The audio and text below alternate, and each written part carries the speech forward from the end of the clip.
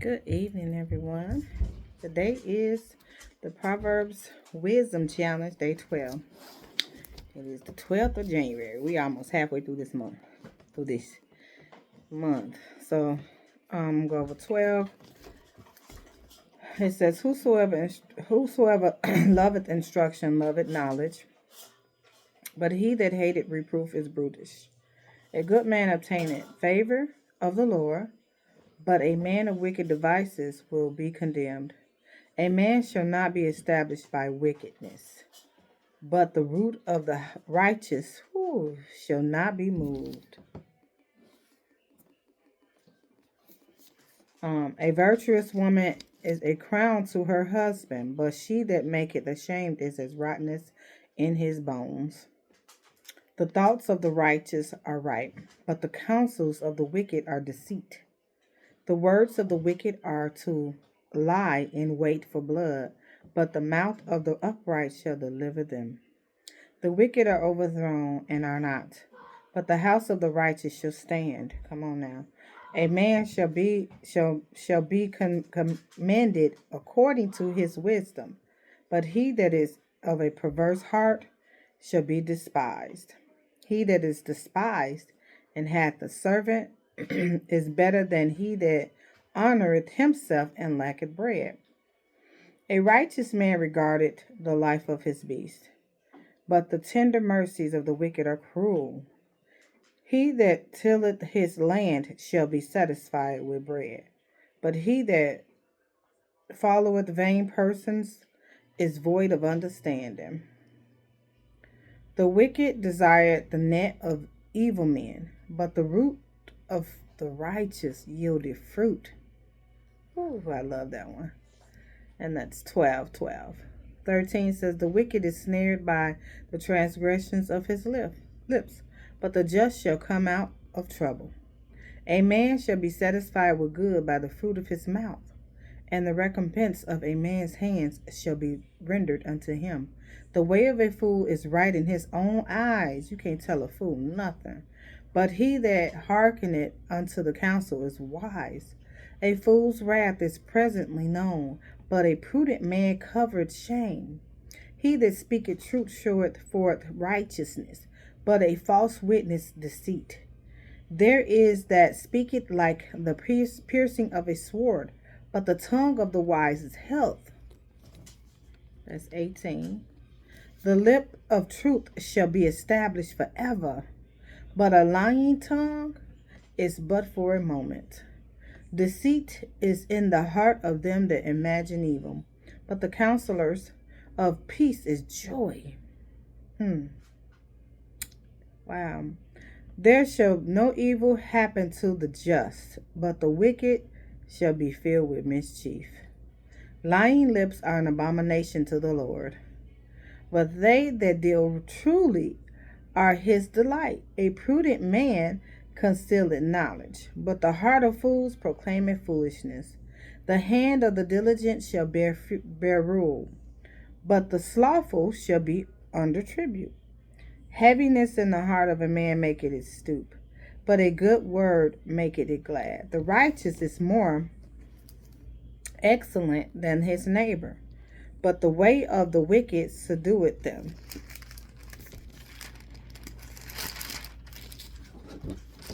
A slothful man roasteth not that which he took in hunting, but the substance of a diligent man is precious.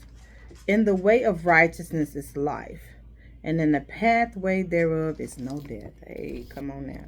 That is Proverbs 12. It's 28 verses in that chapter. If you get a chance, go ahead and read it. What really stood out to me in here, I was just looking up like when it was talking about the root of the righteous, okay? And so I was like, wow, that really stood out to me. Root of the righteous shall not be moved. That's what which one is that? I'm sorry.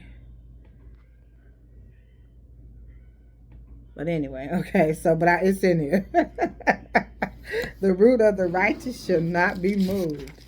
And so I just started deep diving on that, and it says a deep what that means, like a deep spiritual foundation in God, often symbolized by Jesus Christ. He's the root and we're the branches. Okay, that he provides stability, growth, and produces good fruit. That's like righteous living, like justice, love, and integrity, like I was talking about before.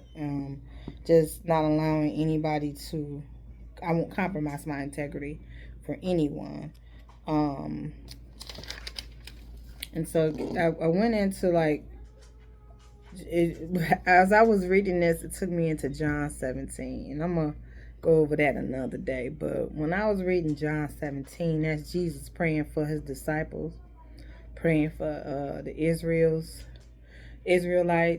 and then just praying to the Father. He was like so strategic about how he prayed, and that's why your prayer life is so important.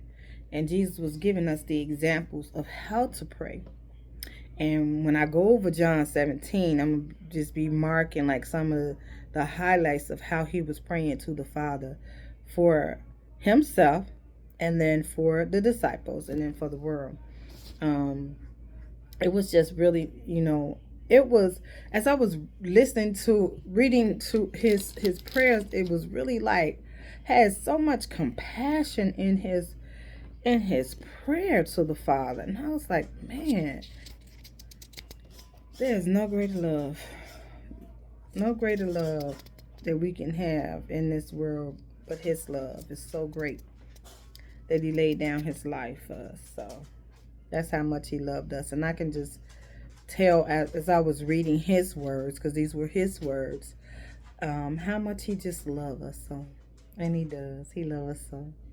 And so I was just reading like the worldly desires, the possessions and power and pleasure, they're temporal, but the what we get from him is permanent, which is love, joy, peace, and just a calm life. And only way you allow it to just get up, if you allow your mind just to go here and there. But for the most part, when you walking with him, you're gonna be calm. And even when things happen, you may be like in shock at first, but then you be like, okay, I know he with me. He told me he'll never leave me nor forsake me, so I believe that. And I stand on that. Well, no matter what I'm going through in this life, like no matter what it is, because he says in this life, that's what he said, in this life, you're going to have some trouble. In this life, you're going to have some trouble. But you just got to believe and know that he's walking with you through those things. And if you're not going through nothing, be praising him, Still be praising him. But when you're going through something, be in that fervent prayer and praising him. So for today's, I wrote, rooted in Christ. Believers are called to be rooted and built up in him. We find our strength in him as believers. And so I really wanted to know what brutish was. It was someone that was like senseless, unteachable, and lacking spiritual understanding. Like, how the animals don't have that spiritual understanding. So a brutish person is sort of acting like that, where they just, they lack the spiritual understanding by ignoring God and wisdom, foolishly ignorant, refusing correction, and then I wrote, the wise do we seek God, spiritual ignorance, a failure to know or understand God and his works, even when they are clearly revealed. Rejection of wisdom, that's a stubborn refusal to accept instructions or correction, leading to foolishness, wicked devices, evil plans, plots, schemes often used by corrupt individuals to harm or poor the needy. And the needy. So the root of the righteous shall not be moved. Like I said, that's a deep spiritual foundation in God, symbolizing Jesus Christ, like providing that stability, a growth, producing good fruit, living a righteous life, justice, love, and integrity. So these are some things that I got out of 12 as I was reading this, being able to withstand life troubles, because we're going to have some troubles in this life.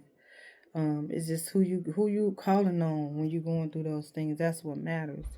And that was what John 16:33. I went to that too. These things I have spoken unto you, that in me ye might have peace. In the world ye shall have tribulation, but be of good cheer. I have overcome the world. That's what he took me to as I was reading Proverbs 12. So that's all I have for you tonight. I'll be back on it tomorrow, going over 13.